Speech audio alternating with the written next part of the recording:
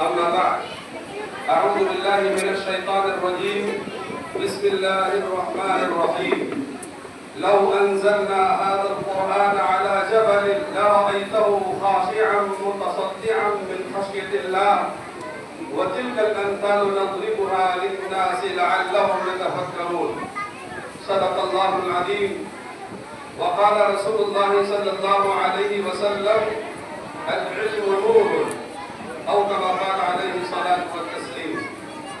ادب ہی سے انسان ہے، ادب ہی سے انسان ہے، ادب جو نہ سیکھے وہ حیوان ہے. آئے ہوئے تمام مہمانان کرام، ہمارے جناب مشفق ناظم تعلیمات جناب مولانا طفیل احمد ندوی صاحب دامت برکاتہ العالیہ اور دیگر ہمارے ساتھ پڑھانے والی معلمات اور ہمارے عزیز بچوں، بڑی خوشی کا موقع ہے کہ پچھلے سال جو بچے کامیاب ہوئے ان کے لیے ایک انعامی بزم سجائی گئی. اسی طرح اس سال جو بچے داخلہ لیے اور داخلہ لے کر کے تعلیم کا آغاز کر رہے ہیں ان کے لیے ایک دیکھنے کا موقع ایک مظاہرے کے طور پر رکھا گیا ہے تاکہ پچھلوں کے لیے ایک خوشی کا باعث ہو اور آنے والے لوگوں کے لیے ایک طرح سے امنگ اور جذبات میں بڑھوتری ہو. تو میں سمجھتا ہوں کہ آج کا یہ پروگرام بڑا ہی دلخوش ہے، بڑا ہی عظیم ہے، بڑی عظمت کے لائق ہے.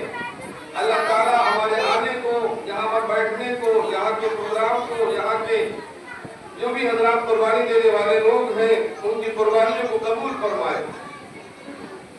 عزیز لوگوں، بس میں ایک بات عرض کرنا چاہتا ہوں کہ قرآن و حدیث کی جو بھی تعلیمات یہاں پر دی جاتی ہیں یا جن بچوں کو دی جا چکی ہیں وہ ایک ادب ہے، وہ ایک علم ہے، وہ ایک ایسا ہنر ہے جسے حاصل کرنے کے بعد انسان بن جاتا ہے.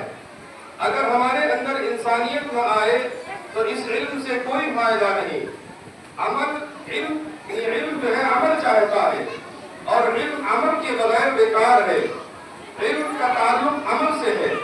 اگر علم عمل کے بغیر ہے تو وہ معلومات ہے اور معلومات پر کوئی ثواب نہیں ہے اور کوئی اجر نہیں ہے. اللہ رب العزت کے یہاں عمل پر اجر رکھا گیا ہے.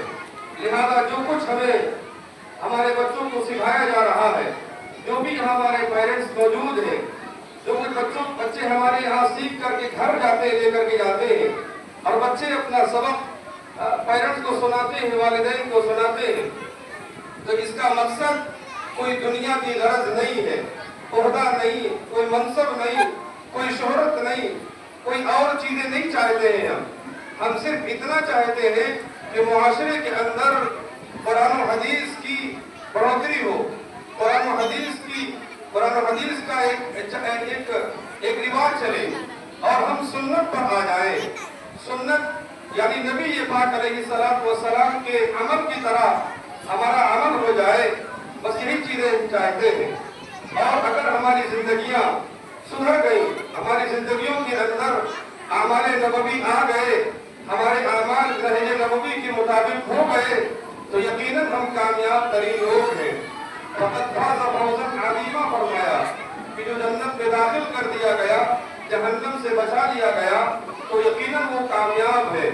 تو ہم سب کامیابی، آخرت کی کامیابی چاہتے ہیں اور دنیا کی کامیابی کیا کامیابی کہ پل بھر میں ختم ہو جانے والی ہے. کہ ایک بلبلے کی طرح انسان ہے کہ بارش میں ابلتا ہے اور سیکنڈوں میں وہ ختم ہو جاتا ہے. ایسے ہی انسانی زندگی ہے کہ بس ٹھوکر لگے اور انسان وہیں ڈھیر ہو جاتا ہے. ایک بارود کا بم آتا ہے اور انسان ختم ہو جاتا ہے. کوئی انسانی حقیقت کی کوئی حقیقت نہیں، انسانی زندگی کی کوئی حقیقت نہیں. لہذا یہ چیز ہمارے ذہنوں میں آ جائے. میں سمجھتا ہوں کہ آپ حضرات نے اپنے بچوں کو داخلے یہاں پر اسی لیے کرائے کہ ہمارے بچے آخرت کے اعتبار سے شعور والے ہو جائیں، آخرت کی تیاری کرنے والے بن جائیں. لہذا اپنے بچوں کا سبق ہم خوب سنیں اور جو کچھ سنائیں اس پر ہم عمل کریں۔ اور جو ہمارے بچے نئے آئے ہیں ہم ان سے کہیں گے کہ یہ جو سال شروع ہوا ہے اس میں خوب محنت سے پڑھے ہم۔ محنت کرنے والا انسان ہی آگے بڑھتا ہے۔ حضرت مولانا علی میاں صاحب ندوی دعوت برکاتہ العالیہ رحمت اللہ علیہ فرمایا کرتے تھے کہ ہمارے لوگوں کے اندر یا جس شخص کے اندر دو چیزیں آ جائے وہ انسان کامیاب ترین ہے۔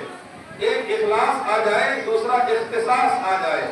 یعنی ہم جو کچھ یہاں کرنے آئے ہیں، پڑھنے آئے ہیں، اس میں ہماری نیتیں درست ہو جائیں۔ دوسرا ہم محنت کرنے میں لگ جائیں۔